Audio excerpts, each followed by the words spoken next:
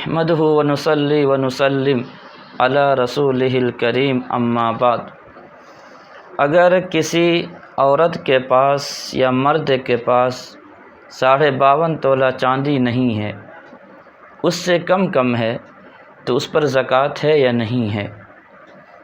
تو یہاں پر یہ ہے، اگر صرف چاندی ہے، اس کے ساتھ سونا نہیں ہے، اس کے ساتھ کوئی نقدی نہیں ہے، کوئی پیسہ نہیں ہے، کوئی روپیہ نہیں ہے، کوئی مال تجارت نہیں ہے، صرف چاندی ہی چاندی ہے اور وہ 52.5 تولہ چاندی سے کم ہے، تو اس پر زکوٰۃ نہیں ہے۔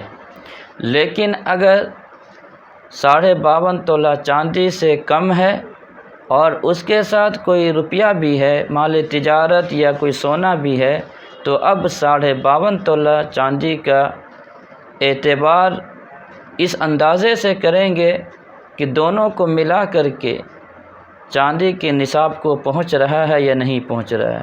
اگر دونوں نصاب کو ملا کر کے، دونوں چیزوں کو ملا کر کے 52.5 تولہ چاندی کی قیمت کو پہنچ جائے تو اس پر زکوٰۃ ہے۔